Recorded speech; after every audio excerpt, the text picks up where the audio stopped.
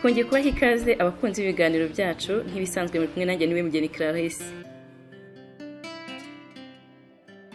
Uyu munsi tugiye kuganira ku bintu bitangaje ku mubiri w'umuntu. Umutima udateye umuntu ntiyabaho, ariko twese umutima ntutera kimwe. Umutima w'umuntu w'igitsina gore utera vuba kurenza uw'umugabo. Uko umutima kandi uteye ni nako n'umuntu ahombye. Mu gihe umugabo ahombije inshuro imwe, umugore aba ahombije inshuro ebyiri. Gusepfura ni ibisanzwe ku muntu, burya ariko ngo bishobora no kumara igihe kirekire. Agahigo ko gusepfura igihe kirekire gafitwe n'umugabo w'umunyamerika witwaga Charles Opson, wari waravutse mu mwaka w'1892. Yigeze gukora impanuka imugiraho ingaruka mu mikorere y'umubiri we, ku buryo kuva yayikora kugeza apfuye mu kwezi kwa gatanu mu mwaka w'1999 yasepfuye ubudahagarara. Charles yapfuye ku myaka 97 y'amavuko. Bivugwa ko yasepfuye inshuro zigera kuri miliyoni 430 mu buzima yabayeho. 70% by'abantu bahindukiza umusaya w'iburyo basomana kurenza uko bahindukiza umusaya w'ibumoso. Ujya wibaza impamvu urota ariko mu gitondo ugasanga nta kintu na kimwe wibuka niyo washakisha ute, ukibaza niba ari wowe binabaho wenyine. Gusa si wowe wenyine. 90% by'abatuye isi bararota ariko mu gitondo ntibashobora kubyibuka.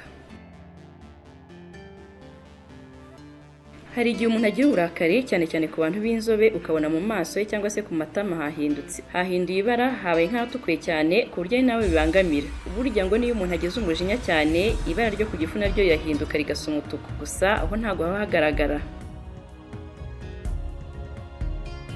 Buri masegonda ari hagati ya 3 na 4 selule cyangwa se uturemangingo tw'umubiri w'umuntu tugera ku 50 tuba dupfuye.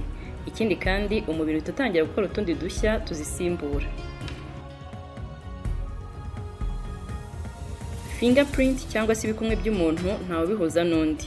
Ibyo kandi bikaba no ku rurimi, imiterere yarwo ntawe wihuza n'undi. Gusa ariko ururimi ntabwo rujya rukoreshwa nk'ikimenyetso bitewe n'aho ruherereye. Muri rusange umutima w'umuntu ubarwa ko wohereza litiro zigeze kuri miliyoni 182 z'amaraso mu gihe cy'ubuzima bwe bwose. Niba uri umugabo, selile nto cyangwa se akaremangingo gato ufite kurenza utundi ni amasohoro. Abashakashatsi berekanye ko abana batoya bakura cyane mu gihe cy'ubukonje buvanze n'akazuba kurenza mu gihe cy'ubukonje gusa cyangwa icy'ubushyuhe gusa. Iyo umuntu asetse inshuro imwe, imikaya igize umubiri we igera kuri 17 ihita ikorera icyarimwe. Nubwo hari abavuga amagambo make cyangwa se amagambo menshi, ariko mu rugero umuntu ubwira avuze amagambo agera ku 5,000. Iyo witegereje ubona icyuma cya ferabeto kiba gikomeye cyane, ariko burya ntikirusha gukomera igufa ry'umuntu. Igufa ry'umuntu rikomeye inshuro 5 kurenza ferabeto, ari nayo mpamvu iyo rivunitse ribabaza cyane. Iyo witegereje umwana w'uruhinja ubona amaso y'abari manini, uko akura akagenda aba mato. Burya ijisho ntirikura. Ingingo z'umuntu zidahagarara gukura ni amatwi ndetse n'izuru. Amahirwe yo kugeza ku myaka 100 ku kiremwa muntu saya buri wese. Noneho amahirwe yo kugeza ku myaka 116 agirwa n'umuntu umwe kuri biliyoni 2 z'abantu. Kugeza ubu hamaze gukorwa ubushakashatsi bwinshi ku burwara butera umutima guhagarara. Mu byavumbuwe ni uko ku munsi wo kuwa mbere w'icyumweru aba ari umunsi abantu baba bafiteho ibyago by'uko umutima wahagarara, bituruka ku mpamvu zigiye zitandukanye. Uko wabigerageza kose biragoye ko wakwitsamura udahumirije, ni ukuvuga ko utakwitsamura amaso abumbuye.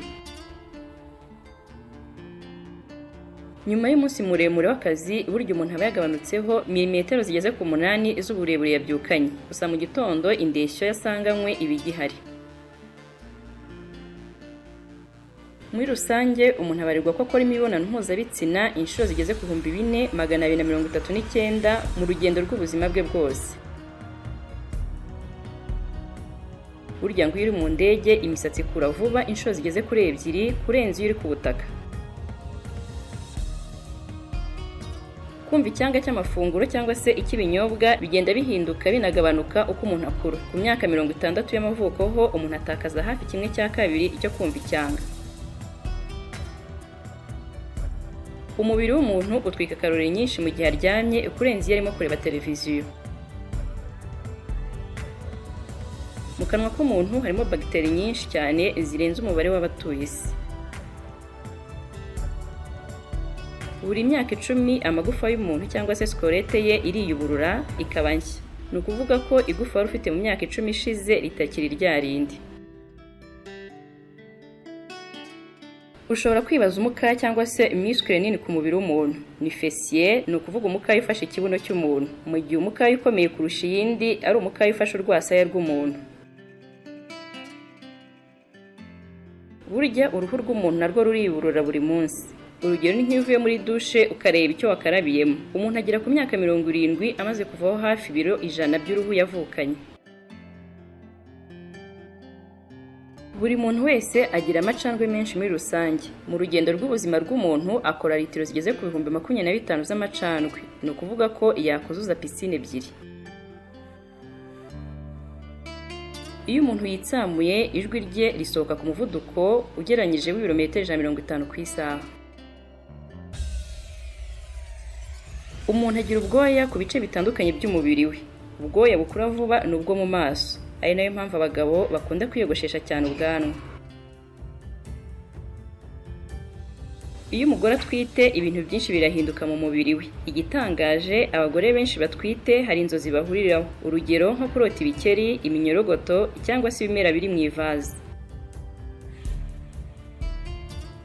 Uruhinja rumwe mu mpinja 2,000 iyo ari imfura ashobora kuvukana iryinyo rimwe. Niyo utarigeze ugonana na rimwe mu buzima ku myaka 60 birashoboka. Abagabo batangira kugonana bwa mbere kuri iyo myaka ni 60% mu gihe abagore ari 40%. Reka tubashimire cyane abakunzi b'ibiganiro byacu. Nk'ibisanzwe mwe kumwe nanjye niwe Mugeni Clarisse, naho utaha.